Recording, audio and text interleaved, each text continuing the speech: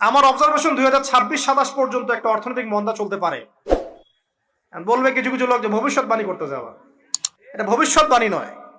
আপনি বর্তমান সম্পর্কে খবর রাখেন না বলেই বর্তমানকে আপনার ভবিষ্যৎ মনে হচ্ছে। আমাদের অনারেবল মিনিস্টার যারা আছেন ওদেরকে জিজ্ঞাসা করেন, তাদেরকে জিজ্ঞাসা করেন, তারাও বলছেন যে 2023 সাল থেকে 26 সাল খাদ্য মন্দার মধ্যে যান। দেখেন নাই? তারা এই কথা বলছেন কারণ তারা বুঝতে পারছেন ওয়ার্ল্ডের অবস্থা ভালো না। এখানে একটা সলিউশন বলছি, ইচ্ছা হলে আপনি গ্রহণ করতে পারেন, ইচ্ছা হলে নাও করতে পারেন। যাকাত ইসলামিক অর্থনীতির মূল ভিত্তি। কিভাবে জানেন? ব্যবসা এবং যাকাত এটা কি করে? এটা একটা মার্কেটের মধ্যে সম্পদ ঘুরতে থাকে। আমি বুঝাচ্ছি আপনাকে। মনে করেন আপনি ব্যবসা করছেন এবং যাকাত দিচ্ছেন। যাকাত কারা দিবে? যারা যাকাতের নিসাব পরিমাণ সম্পত্তি রাখে, মানে কিছুটা ধনী তারা। তো তারা ব্যবসা করছে, মাশাআল্লাহ। ব্যবসা যখন করে, ব্যবসায় কি থাকে? লাভ থাকে, লস থাকে, লাভ থাকে, লস থাকে। লাভও হতে পারে আপনার, লসও হতে পারে। আর সুদে কি শুধু লাভ, লস আছে? লস নাই। পার্থক্য বোঝেন। এখন ব্যবসা যখন আপনি করবেন, এই টাকা বা মূল যে ক্যাপিটাল যেটা বলে অর্থনীতির ভাষায়, এটা মার্কেটের মধ্যে সার্কুলেট করতে থাকবে। আজকে আপনি ধনী, লাভ করেছেন, কালকে লস করবেন, এই ধন আরেকজনের হাতে চলে যাবে। সে আবার ব্যবসা করছে, সে লাভ করলে সম্পদ তার হাতে থাকলো, লস করলে আরেকজনের হাতে। মানে এই মানিটা, ক্যাপিটাল যেটা, এটা মার্কেটের মধ্যে ঘুরতে থাকে, ঘুরতে থাকে। আজকে কেউ ধনী, কালকে কেউ ধনী, আজকে কেউ ফকির, কালকে কেউ ধনী, এভাবে। এখানে আল্লাহ পাক যাকে ইচ্ছা হয় ধন দেন, যাকে ইচ্ছা হয় দরিদ্র করেন। এটা আল্লাহ পাক নিয়ন্ত্রণ করেন। আবার এর মধ্যে যারা ধনী হবে তারা আবার যাকাত দিবে। কাকে যাকাত দিবে? যে গরিব তাকে। এই কারণে অর্থনৈতিক সাম্য থাকবে এবং টাকা, ক্যাপিটাল মার্কেটে সার্কুলেট করতে থাকবে। এটা হচ্ছে ইসলামিক ইকোনমিক্স। বুঝাতে পারছি না মনে হয়? আর রিবায় কি হবে? রিবায় কোনো লসের চান্স নাই। মানে এখানে ধনী আরো ধনী হতে থাকবে, গরিব আরো গরিব হতে থাকবে, প্লাস যাকাতও দিবে না। তখন সমাজের একটা অংশ অনেক ধনী হবে, আর একটা অংশ একদম মাটিতে পড়ে যাবে, কোনো ব্যালেন্স হবে না। এই কারণে বিশ্বের একটা অংশ, ওই বিশ্বের একটা বড় অংশ যারা সুদখোর, যেখান থেকে সুদ এসেছে, ওইটা আস্তে আস্তে ধনী হয়ে গেছে এবং বিশ্বের বহু কান্ট্রি আস্তে আস্তে দারিদ্র সীমার নিচে চলে আসছে। এটা শুধু ব্যক্তির ক্ষেত্রেই নয়, এটা সমাজের ক্ষেত্রেই নয়, পুরো বিশ্বেটা হচ্ছে। তো এই হলো রিবা এবং ব্যবসা ভিত্তিক, যাকাত ভিত্তিক ইকোনমিক সিস্টেমের পার্থক্য, বেসিক ডিফারেন্স। রিবার মধ্যে আল্লাহ পাক তার হাত উঠিয়ে নেন, আল্লাহ পাক সেখানে আর ইন্টারফেয়ার করেন না। ঠিক আছে, সুদ খাচ্ছ, তুমি তোমার মতো চলো এখন। আর ব্যবসা ভিত্তিক ইকোনমিক্স চললে আল্লাহ পাক সেখানে কাউকে ধন দিবেন, কারো কাছ থেকে নিবেন। আপনার ধন নিয়ে আমাকে দিবেন, আমার ধন নিয়ে আপনাকে দিবেন। আর আমি যদি ধনী হই, আমি আবার যাকাত দিব, সেই যাকাতের টাকা আবার আপনার হাতে যাবে, কেউ না খেয়ে মরবে না। তো সামনে এই যে বলা হচ্ছে 2023 সাল, শুধু 23 সাল না, আমার অবজারভেশন 2026-27 পর্যন্ত একটা অর্থনৈতিক মন্দা চলতে পারে। বলবে কিছু কিছু লোক যে ভবিষ্যৎবাণী করতে যাওয়া, এটা ভবিষ্যৎবাণী নয়। আপনি বর্তমান সম্পর্কে খবর রাখেন না বলেই বর্তমানকে আপনার ভবিষ্যৎ মনে হচ্ছে। আমাদের অনারেবল মিনিস্টার যারা আছেন ওদেরকে জিজ্ঞাসা করেন, তাদেরকে জিজ্ঞাসা করেন, তারাও বলছেন যে 2023 সাল থেকে 26 সাল খাদ্য মন্দার মধ্যে যান। দেখেন নাই? তারা এই কথা বলছেন কারণ তারা বুঝতে পারছেন ওয়ার্ল্ডের অবস্থা ভালো না। এখানে একটা সলিউশন বলছি, ইচ্ছা হলে আপনি গ্রহণ করতে পারেন, ইচ্ছা হলে নাও করতে পারেন। আমার তো চাপিয়ে দেওয়ার কোনো ক্ষমতা নাই। ফাযাক্কির ইন্নামা আনতা মুযাক্কির, আপনি শুধু উপদেশদাতা। লাস্তা আলাইহিম বিমুসাইতির, আপনি কারো প্রতি দারোগা নন। কি উপদেশ? এই যে যাকাত, যেটা যাকাত, আমাদের যাকাত যেটা আসে, এটাকে একটু বড় পরিসরে কালেক্ট করার চেষ্টা করতে হবে। করে যদি আমরা সুষ্ঠু বন্টন করতে পারি গরিবদের মাঝখানে, ইনশাআল্লাহ কেউ খাদ্য অভাবে মারা যাবে না ইনশাআল্লাহ। আল্লাহ পাক আমাদেরকে বোঝার তৌফিক দান করুন। এর পাশাপাশি তারা যেটা বলেছেন, ইকোনমিক সেকশনের লিডার যারা আছে তারা যেটা বলছেন এটা ঠিক বলছেন। তারা বলছেন কৃষিভিত্তিক অর্থনীতির কথা বলছেন, এটার সাথে আমি 100% একমত। কারণ আল্লাহ পাকের কোরআন, এই কোরআনের মধ্যে বেশিরভাগ যে অর্থনীতির কথা এসেছে তা হচ্ছে কৃষিভিত্তিক অর্থনীতি। এটা কি জানেন? হয়তো জানেন না। কোরআনে যত ইকোনমিক সিস্টেমের কথা আসছে তার মধ্যে সবচেয়ে বেশি এসেছে কৃষিভিত্তিক অর্থনীতির কথা, তারপর ব্যবসা এবং যাকাত। অতএব তারা ঠিকই বলেছেন, দেশের যারা ইকোনমিক সেকশনে গবেষণা করছেন তারা ঠিক কথাই বলেছেন যে কৃষিভিত্তিক অর্থনীতি হচ্ছে আমাদের অর্থনৈতিক মন্দা দূর করার অন্যতম উপায়। ঠিক বলেছেন, আমি একমত।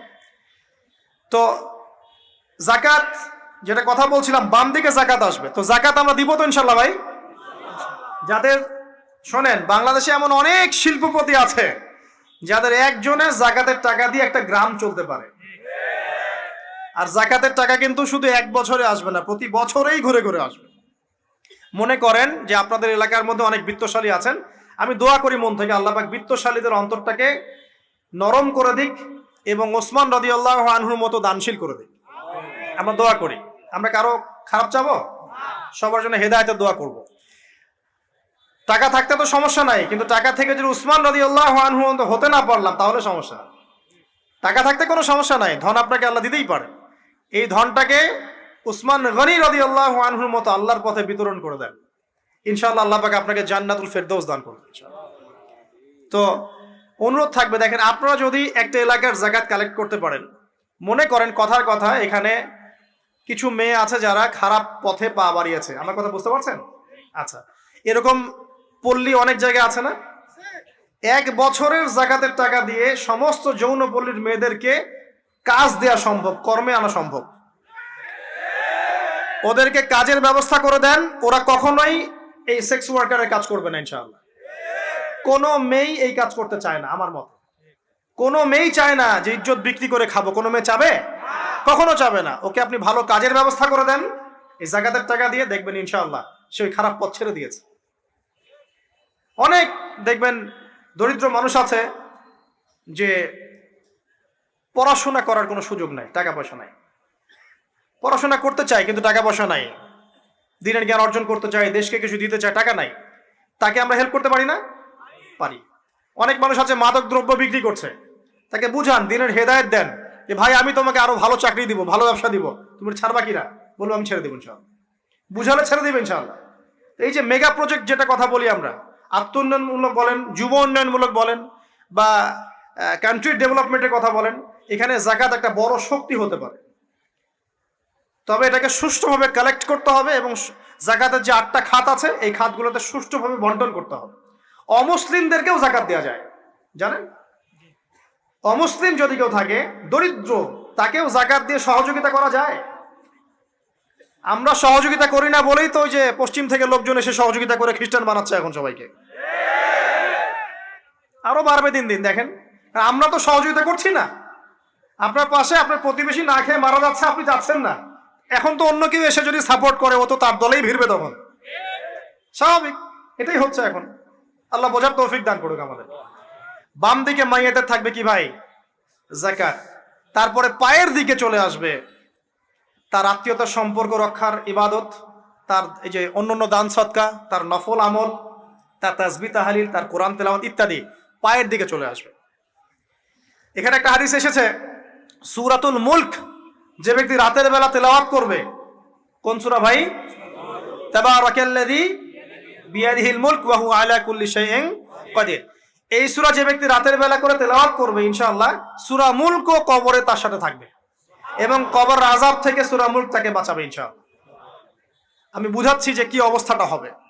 এবার দুজন ফেরেশতা মাথার দিক থেকে আসবেন, আসতে চাইবেন, সালাত বলবে এখান দিয়ে আসা যাবে না, এদিক দিয়ে আসা যাবে না। ডান দিক দিয়ে আসতে চাইবেন, এদিক দিয়ে আসা যাবে না। বাম দিক দিয়ে আসতে চাইবেন, যাকাত বলবে এদিক দিয়ে আসা যাবে না। পায়ের দিক দিয়ে আসতে চাইবেন, আমলগুলো বলবে এদিক দিয়ে আসা যাবে না। তখন যাই হোক তারা আসবেন। এটা তাদের, এটা কথা কি? এটা কথাটা হচ্ছে যে সলাতের গুরুত্ব, মানে সে সলাত আদায় করেছে, সে আমার হক আদায় করেছে, আমি তার পক্ষে আছি, এটা পক্ষে বোঝাচ্ছে। রোজা বলবে আমি ওর পক্ষে আছি, তাকে আপনি কোনো শাস্তি দিবেন না, আমি তার পক্ষে আছি। আপনারা দুজন তাকে শাস্তি দিবেন না, আমি যাকাত তার পক্ষে আছি, এটা পক্ষে থাকার কথা। তারপরেও তারা আসবেন, চোখগুলো হবে নীল এবং কালো বর্ণ, নীলাপ চোখের কালো। মুনকার নাকি উঠে বসিয়ে দেওয়া হবে। এবার 3টা প্রশ্ন। প্রথমে প্রশ্ন হচ্ছে কি, মান রব্বুক, তোমার রবকে? তখন মুমিন বান্দা বুক ফুলিয়ে বলবে রব্বি আল্লাহ, আমার রবকে আল্লাহ। পৃথিবীতে যে ব্যক্তি আল্লাহর সাথে শিরিক করে নাই, আল্লাহ তাওহীদের উপর থেকেছে এবং তার উপরে মৃত্যুবরণ করেছে, ইনশাআল্লাহ সেই ব্যক্তি এর উত্তর নির্দ্বিধায় দিতে পারবে ইনশাআল্লাহ।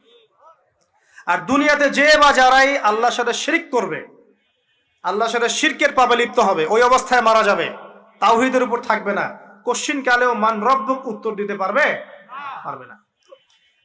তারপরে প্রশ্ন হয়ে যাবে মা দিনুক, তোমার দিন কি ছিল?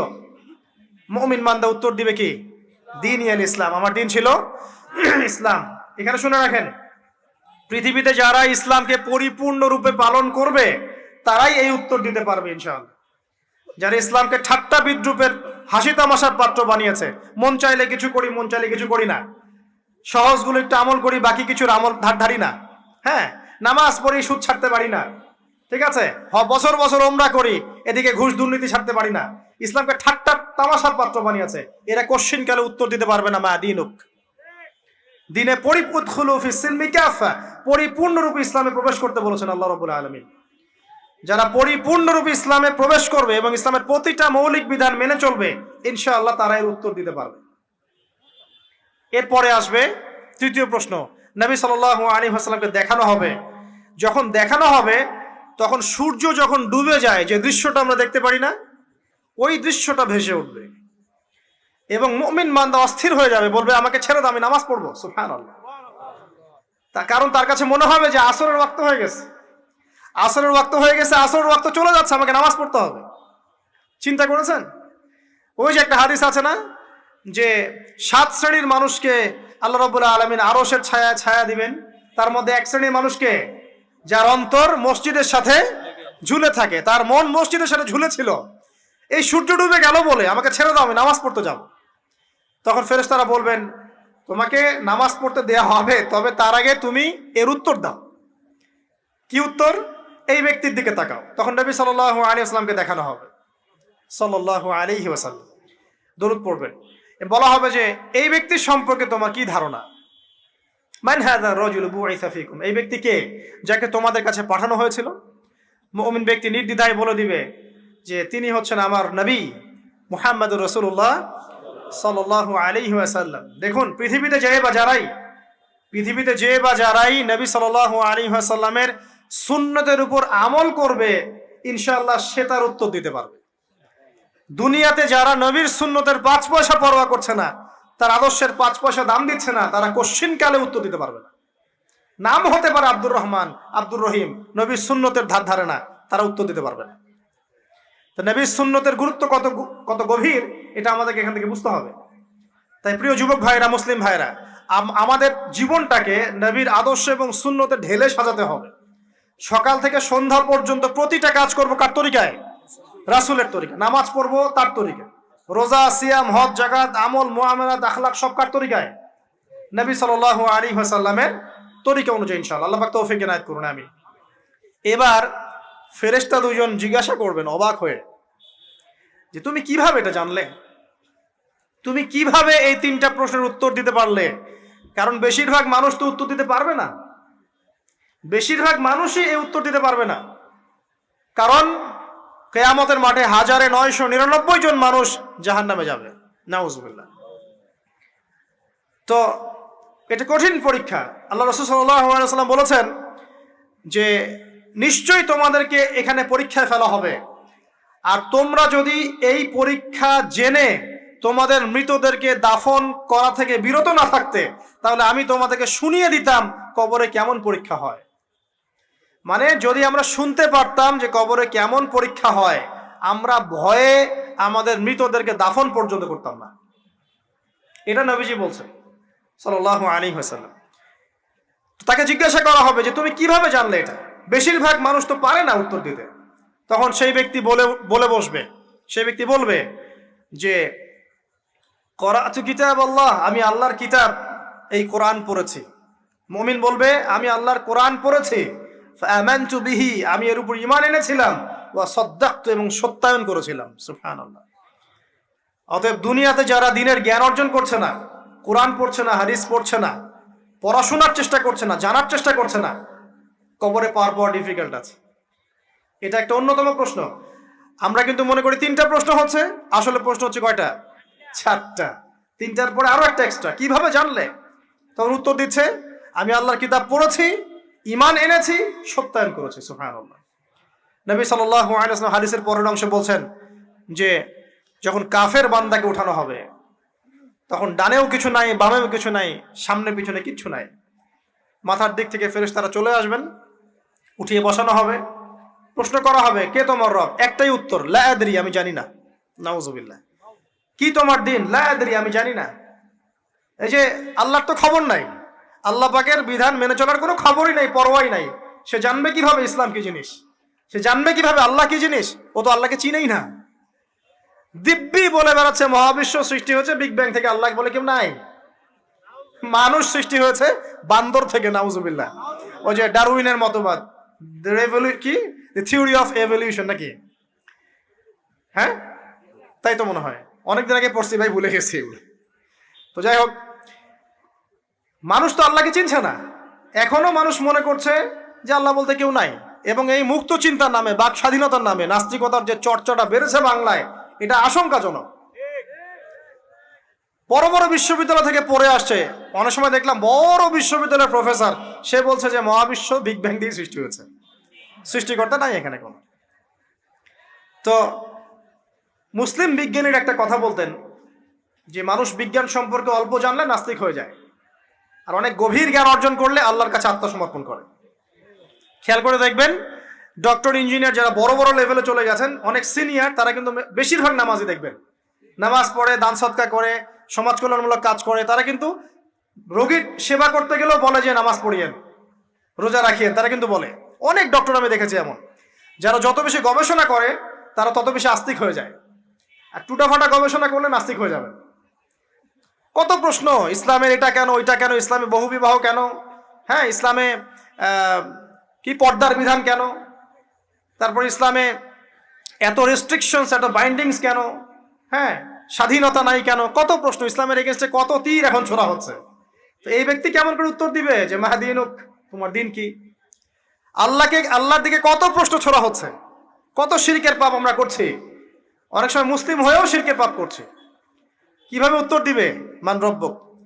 3 নাম্বার প্রশ্ন যখন করা হবে, এই ব্যক্তিকে দেখো দেখি, সে বলবে যে আমি জানি না এই ব্যক্তিকে, তবে শুনেছিলাম, মানুষের মুখে শুনেছিলাম, মানুষ যা বলতো আমি তাই বলতাম।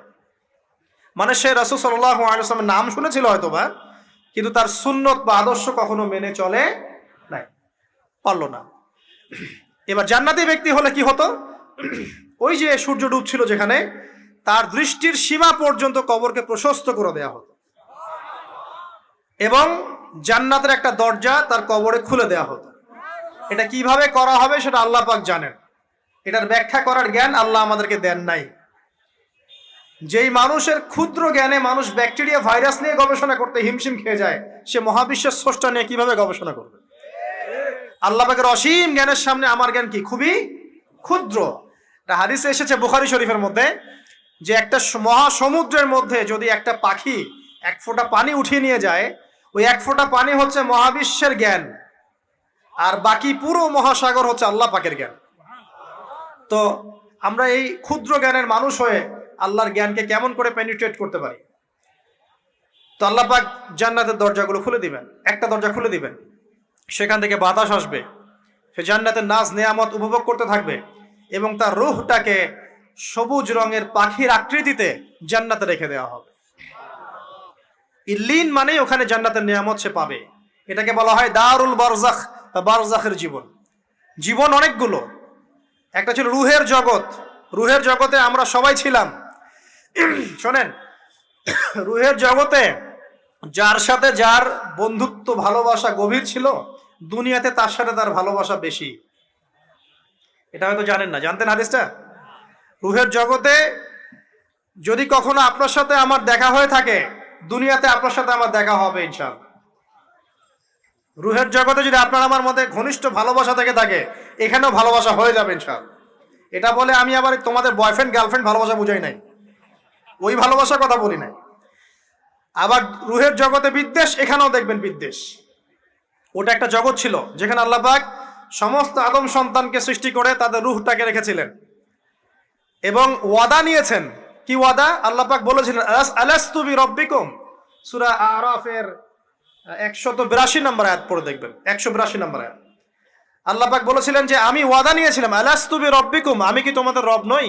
আমরা সবাই বলেছিলাম বালা ইয়া রব্বি, অবশ্যই আপনি আমাদের রব। দুনিয়াতে এসে আমরা ভুলে গেছি।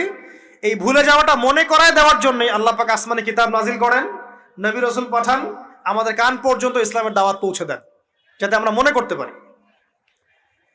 এবার আসেন, রুহের জগতের পর আসলাম এই যে দুনিয়ার জগৎ, দারুদ দুনিয়া, দুনিয়ার মধ্যে আছি হয়তো 50, 60, 70, 100 বছর হাইয়েস্ট। এরপর যাবে দারুল বারজাখ, বারজাখের জগৎ। পাপী ব্যক্তি হলে জাহান্নামের দরজা খুলে দেওয়া হবে, আর জাহান্নামের সে আযাব ভোগ করতে থাকবে। এবং পুণ্যবান ব্যক্তি হলে জান্নাতের দরজা খুলে দেওয়া হবে এবং এর নাজ নেয়ামত সে ভোগ করতে থাকবে। তখন তাকে বলা হবে এটা জান্নাতের সেই জায়গা যেখানে তুমি থাকবে। এটা দেখার সাথে সাথে, শোনার সাথে সাথে তার যে খুশি, উৎফুল্লতা আরো অনেক বেড়ে যাবে। এবং সে কি করবে জানেন? সে পৃথিবীতে ফিরে আসতে চাইবে। সে বলবে আমাকে আমার পরিবারবর্গকে জানাতে দেন, আমাকে আমার পরিবারবর্গকে জানাতে দেন যে আমি ভালো আছি। তখন ফেরেশতারা তাকে বলবেন যে এটা সম্ভব না, তোমার এবং তাদের মাঝে দারুল বারজাখ আছে, তুমি এটা ভেদ করে যেতে পারবে না। তখন তার আত্মাটাকে ইল্লিনে দেওয়া হবে, একটা সবুজ পাখির আকৃতিতে জান্নাতে ঘুরে বেড়াবে ইনশাআল্লাহ। আর যদি জাহান্নামী হয় তাহলে যে বললাম দরজা খুলে যাবে জাহান্নামের, মর্মান্তিক আযাব তার দিকে আসতে থাকবে। কবর সংকুচিত হয়ে আসবে এমন ভাবে যাতে তার বাম পাজর ডান পাজরের ভিতরে এইভাবে ঢুকে যাবে, নাউযুবিল্লাহ। এবং এই আযাব চলতে থাকবে ইলা ইয়াউমি ইউবআসুন, পুনরুত্থানের দিন পর্যন্ত। এখন এই যে হাদিসটা আপনারা শুনলেন, এই হাদিসটা ব্যক্তিকেন্দ্রিক নয় কি? এখানে তিনটা বিষয় আপনাকে ফোকাস করতে হবে আমাদেরকে। এক, তাওহীদ, আল্লাহ পাকের তাওহীদ। দুই, রিসালাত, রাসূলুল্লাহ সাল্লাল্লাহু আলাইহি ওয়াসাল্লামের রিসালাত। এবং আখিরাত, পরকাল। এই তিনটা বিষয় খুব স্বল্প কথায় বলছি। দেখুন, তাওহীদ কি? আল্লাহ পাকের একত্ববাদ। এক আল্লাহকে আপনি সৃষ্টিকর্তা মানবেন, রিজিক দাতা মানবেন, পালন কর্তা মানবেন, সন্তান দাতা, ভালো মন্দের মালিক, সমস্ত কিছুর মালিক কে? আল্লাহ। আল্লাহ আল্লাহ আমাকে বাঁচিয়ে রেখেছেন, আল্লাহ আমাকে মৃত্যু দিবেন, আল্লাহ আমাকে রিজিক দেন, আল্লাহ আমাকে সন্তান দিবেন, আল্লাহ আমার ভালোর মালিক, আল্লাহ মন্দের মালিক, আল্লাহ সমস্ত কিছুর মালিক। এই কনসেপ্ট পরিষ্কার থাকবে, লা ইলাহা ইল্লাল্লাহ পরিষ্কার থাকবে। সমস্ত বিষয় কার পক্ষ থেকে? আল্লাহর পক্ষ থেকে। এই তাওহীদ, শর্ট সংক্ষিপ্ত কথায় বললাম তাওহীদ। এর মধ্যে তিনটা ক্লাসিফিকেশন আছে, রুবুবিয়্যাত, উলুহিয়্যাত, আসমা ও সিফাত। এটা আপনারা কিতাবুত তাওহীদ বই থেকে পড়ে নিয়েন।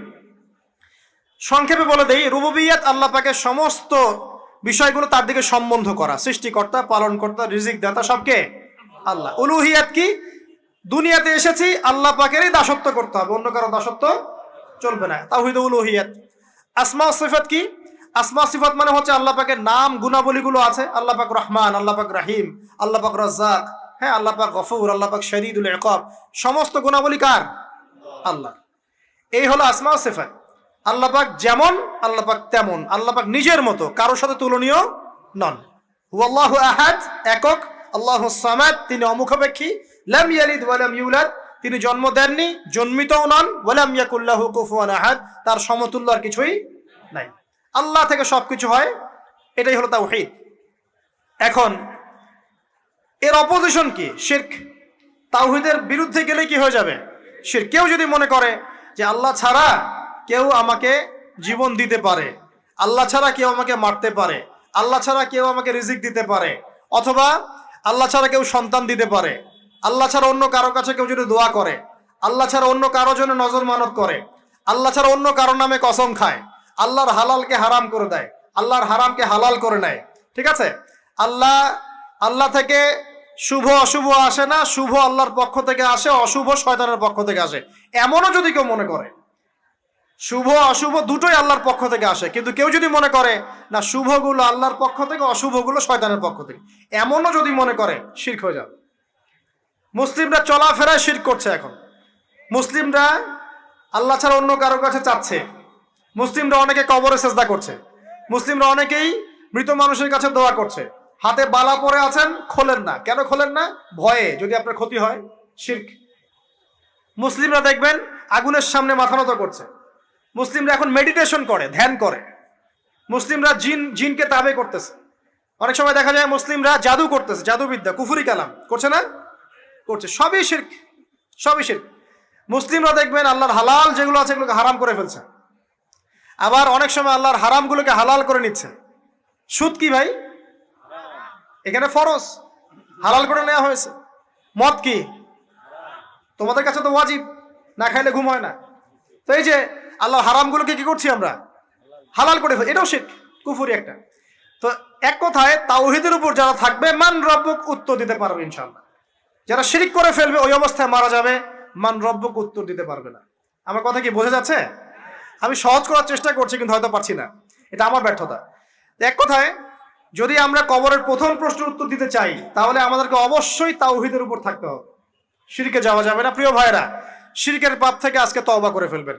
আল্লাহ জেনে না জেনে জীবনে যত শিরক করেছে আল্লাহ মাফ করে দাও, আমিন।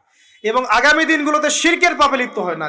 প্রিয় ভাইরা, যদি আপনার আমল নামায় আসমান জমিন সমানও পাপ থাকে, শিরকের পাপটুকু না থাকে, আল্লাহ পাক আপনার পুরো পাপ মাফ করতে পারবেন ইনশাআল্লাহ। আল্লাহ পাক বলেছেন মেরাজের রাতে নবী সাল্লাল্লাহু আলাইহি ওয়াসাল্লামকে আরশে আজিমের কাছে উঠিয়ে নিয়ে আল্লাহ পাক 3টা ওহী করেছেন। কয়টা ওহী? একটা ছিল 5 ওয়াক্ত নামাজ, ঠিক আছে। 2 নাম্বার হচ্ছে সূরা বাকারার শেষের 3টা আয়াত। 3 নাম্বার একটা ওয়াদা, একটা প্রতিশ্রুতি। সেটা কি? হে মুহাম্মদ সাল্লাল্লাহু আলাইহি ওয়াসাল্লাম, তোমার উম্মতের মধ্যে কেউ যদি আসমান জমিন সমান পাপ নিয়ে আমার সামনে হাজির হয় কিন্তু আমার সাথে কাউকে শরিক না করে, শিরক না করে, তাহলে আমি আল্লাহ তার সামনে আসমান জমিন সমান ক্ষমা নিয়ে হাজির হব, মানে মাফ করে দেওয়া হবে ইনশাআল্লাহ। অতএব শিরকের পাপে যায় না, ইনশাআল্লাহ জান্নাতে যাওয়া যাবে। যে ব্যক্তি মন থেকে একবার লা ইলাহা ইল্লাল্লাহ পড়েছে, সমস্ত বিষয় আল্লাহর দিকে সুপর্দ করে, তার অন্যান্য অনেক পাপ থাকতে পারে, আল্লাহ পাক চাইলে সব পাপ মাফ করতে পারে। অতএব মান রব্বুক উত্তর দিতে চাইলে শিরকের পাপে যাওয়া যাবে যাবে না। আধুনিক শিরকের মধ্যে সবচেয়ে ভয়ঙ্করটা হচ্ছে এটা যে আমরা আল্লাহর হালালকে হারাম করে নিচ্ছি, হারামকে আবার হালাল করে ফেলছি। এখানে যায় না। সবকিছু আল্লাহ থেকে আসে, দোয়া আল্লাহর জন্য করবেন, নামাজ আল্লাহর জন্য, সবকিছু ইবাদত আল্লাহর জন্য, দ্বীনি ইলম অর্জন আল্লাহর জন্য। প্রতিটা কাজের করার আগে নিয়াত ফিক্স করবেন, কেন করব? পরকালীন স্বার্থ থাকলে করব, না হলে করব না। কেন তুমি টিকটকে যাবা না? কারণ পরকালীন কোনো স্বার্থ নাই।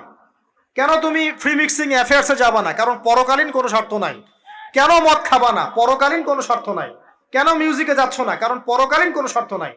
কেন তুমি এই যে সুদ খাবা না? কারণ পরকালীন কোনো স্বার্থ নাই। যে কাজে পরকালীন কোনো স্বার্থ নাই সে কাজে কোনো মুমিন মুসলিম নাই। কেন নামাজ পড়বো? কারণ পরকালীন স্বার্থ আছে। কেন রোজা রাখবো? পরকালীন স্বার্থ আছে। কেন আমি হালাল বিয়ে করব, হারাম জেনায় যাব না? পরকালের স্বার্থ আছে। কেন আমি যাকাত দিব, ব্যবসা করব, সুদ খাবো না? কারণ পরকালের স্বার্থ আছে। কেন ইসলামের দাওয়াত দিব? পরকালের স্বার্থ আছে। কেন হাদিস প্রচার করব? কারণ পরকালের স্বার্থ আছে। ইসলামের জন্য সবর করব কেন? পরকালের স্বার্থ আছে। পরকালের স্বার্থ যেখানে, মুসলিম সেখানে। পরকালীন স্বার্থ নাই, আমরা নাই। প্রত্যেকটা কাজ করার আগে নিয়তটা ফিক্স করতে হবে, পরকালের কোনো স্বার্থ আছে? যদি বলে হ্যাঁ আছে, তাহলে করবে। স্বার্থ নাই, আমি নাই। কোন ফুজুল কি বাত বা ফাহেসা কোনো কাজ, এসব কাজে আমরা নাই, বিকজ এগুলোতে কোনো পরকালীন স্বার্থ নাই। ব্যাস, আমাদের জীবনের প্রতিটা মোমেন্ট, প্রতিটা সেকেন্ড আল্লাহর দেয়া দান। আমি নিজের ইচ্ছার মতো এটাকে অপব্যয় করতে পারি না। মিউজিক শুনতে চান, আপনি সং পছন্দ করেন, আপনি নাশিদ শোনেন, ইসলামিক নাশিদ শোনেন, ওখানে আপনার ইমান একটু দীপ্ত হবে, পরকালীন স্বার্থ আছে। আপনি নিজের যৌন চাহিদাকে দমন করতে পারছেন না, হালালভাবে বিয়ে করে নেন। বিয়ে করার পর আপনি যত ইচ্ছা স্ত্রীকে মহব্বত করেন, প্রত্যেকটা মহব্বতে নেকি পাবেন। এমনকি স্ত্রীর দিকে নেক নজরে তাকাবেন, তাতেও নাকি। তার মুখে খাবার তুলে দেবেন, তাতেও নাকি। তার হাত ধরে হাঁটবেন, তাতেও নাকি। তাকে নিয়ে রাত্রে চাঁদ দেখবেন, তাতেও নাকি। আপনি আপনার নিয়তটাকে চেঞ্জ করেন, কাজের ডাইরেকশন চেঞ্জ করেন। পরকালের স্বার্থ থাকলে করবো, না হলে করবো না। আপনি পছন্দ করেন ঘুরে বেড়াতে, আল্লাহর দিনের দায়ী হয়ে ঘুরে বেড়ান না, সমস্যা কি? আল্লাহর জমিন ঘুরে দেখেন, এসব অবান্তর কাজে লিপ্ত না থাকে আল্লাহ পাকের নিদর্শনগুলো ঘুরে দেখেন, আপনার ইমান বাড়বে ইনশাআল্লাহ। আপনার সংস্কৃতি ভালো লাগে, ইসলামিক সংস্কৃতি মেনে চলেন। আপনি কবিতা লিখতে ভালোবাসেন, ইসলামিক কোনো কবিতা লেখেন। আপনি উপন্যাস পড়তে ভালোবাসেন, ইসলামিক কোনো উপন্যাস পড়েন। আমি বলছি না এগুলোর বাইরে কোনো পড়াশোনা করা যাবে না, এমনটা আমি কিন্তু বলছি না। আমি বলছি আপনি আপনার পুরো কাজটাকে আগে ফিক্স করবেন, পরকালের কোনো স্বার্থ আছে কি নাই। যদি হ্যাঁ দেখা যায় হ্যাঁ পরকালের স্বার্থ ঠিক আছে, অবশ্যই করেন, কোনো সমস্যা নেই। আল্লাহ পাক বোঝার তৌফিক দান করুন। তো দেখুন প্রিয় ভাইরা, শিরকের পাপে যাওয়া যাবে না। এই শিরকের পাপ না থাকলে আমল নামায় ইনশাআল্লাহ আমরা জান্নাতে যাব এবং কবরের উত্তর দিতে পারবো ইনশাআল্লাহ। মান রব্বুক উত্তর পাস ইনশাআল্লাহ। তারপরে কি? মাদিনু। এক কথায় ইসলামের অনেক বিধিবিধান আছে, নামাজ, কালিমা, সওম, যাকাত, হজ সব আছে। আমর বিল মারুফ নাহি আনিল মুনকার, পিতামাতার খেদমত, প্রতিবেশীর অধিকার, স্ত্রীর অধিকার, তারপরে সন্তানদের অধিকার, যাকাত, সবকিছু আছে। এখন যদি ইসলামের কিছু অংশকে মেনে নেন, কিছু অংশকে না মানেন, এটা কিন্তু কুফরি। ইসলামের কিছু অংশকে মানছেন, কিছু অংশকে মানছেন না, এটা কিন্তু কুফরি।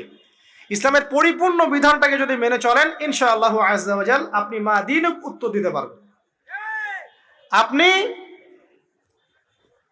আমল করতে পারেন না পারেন, মনে করেন আপনি আমল করতে পারছেন না, কিন্তু আপনি আকীদা পোষণ করছেন যে হ্যাঁ ইসলামে যা আছে আমি সবকিছু মেনে চলি, কিন্তু হয়তো আমল করতে গিয়ে আমি পারছি না। আমি হয়তো নামাজ 5 ওয়াক্ত পড়তে হয়, আমি জানি, আমি মানি, কিন্তু আমার মাঝে মাঝে মিস হচ্ছে, মাঝে মাঝে আমি জামাত মিস করে ফেলছি। আপনি মানেন যে সওম রাখতে হয়, মাঝে মাঝে আপনার সওম মিস হয়ে যাচ্ছে, কিন্তু আপনি বিশ্বাস করেন যে হ্যাঁ আপনি সওম রাখতে হয়, আপনার আকীদা ঠিক আছে। আপনি যাকাত দেন নাই এতদিন, কিন্তু আকীদা রাখেন হ্যাঁ দিতে হয়, আমি সুযোগ পেলে দিয়ে দিব। এই যে কনসেপ্টটা ক্লিয়ার রাখা যায় না, ইসলামের বিধানগুলো প্রতিটা আমি মানি মন থেকে, হয়তো আমল করতে গিয়ে আমি পেরে উঠতেছি না বা হয়ে উঠছে না। ইনশাআল্লাহ একদিন না একদিন আল্লাহ পাক আপনাকে তৌফিক দিবে, ইনশাআল্লাহ আল্লাহ পাক তৌফিক দান করুক। কিন্তু কনসেপ্ট যদি ক্লিয়ার না থাকে যে আমি কিছু অংশ মানি, কিছু অংশ মানি না, এটা ইসলাম হলো না। উদখুলু ফিস-সিলমি কাফা, পরিপূর্ণরূপে ইসলামে প্রবেশ করেন। দিনী বোন অনেকে আছে পর্দা হয়তো করতে পারছে না, কিন্তু মনে করে, বিশ্বাস করে যে পর্দা করতে হয়, এটা ফরজ। ইনশাআল্লাহ আল্লাহ চাইলে ওকে একদিন তৌফিক দিবে ইনশাআল্লাহ। হয়তো এখন মুখ খোলা আছে, হয়তো বা আগে গেঞ্জি টি শার্ট পরে ঘুরতো, এখন সেলোয়ার কামিজ পরছে, ঢিলে ঢালা জামা পরছে, এখনো বোরখা পরছে না। ওকে তুচ্ছ তাচ্ছিল্য করার দরকার নাই আপাতত, ওকে আরো বুঝান, আরো নরম হন, আরো বুঝিয়ে সুঝিয়ে ইসলামের দিকে আনার চেষ্টা করেন। এতদূর এসেছে, ওই পর্যন্ত যাবে ইনশাআল্লাহ। কারণ ও বিশ্বাস করে হ্যাঁ পর্দা করতে হয়, আমি মানি পর্দা করতে হয়, কিন্তু আমি এখন করতে পারছি না, ইনশাআল্লাহ করবো, আল্লাহ পাক চাইলে তৌফিক দিবেন ইনশাআল্লাহ। তো এই যে বিষয়টা, যে ইসলামকে মনে আগে ধারণ করা, যে না আমি মানি ইসলামের প্রত্যেকটা বিধান ঠিক আছে। চুরি করলে চোরের হাত কাটতে হয়, ইসলাম বলেছে। ডাকাতি করলে শাস্তি আছে। জেনা যদি কেউ করে 100 বেত্রাঘাত, মদ খাইলে 40টা বেত্রাঘাত, ব্যভিচার যদি করে কেউ, এই পরকীয়া করে বিবাহিত ব্যক্তি, রজম। এগুলো কেসাস, একজন হত্যা করলে তাকেও কেসাস করতে হয়। এই বিধানগুলো আছে। এখন আপনি বলতে পারেন আমি এই ওয়ার্ল্ডের প্রেক্ষাপটে এটাকে বাস্তবায়ন করতে পারছি না, কিন্তু আমি বিশ্বাস করি ইসলামে বিধানগুলো আছে, এটা আল্লাহর বিধান। ইনশাল্লাহ আপনি মাফ পেয়ে যাবেন, ইনশাল্লাহ আল্লাহ চাইলে আপনি মাফও পেয়ে যাবেন। কিন্তু যদি মনে করেন না এই যুগের এগুলো চলেই না, আমি আল্লাহ পাকের এসব বিধান কিচ্ছু মানি না, আমি যে বিধান বুঝি এটাই চূড়ান্ত, তাহলে খবর আছে, তাহলে মা দিনুক উত্তর দিতে পারবেন না।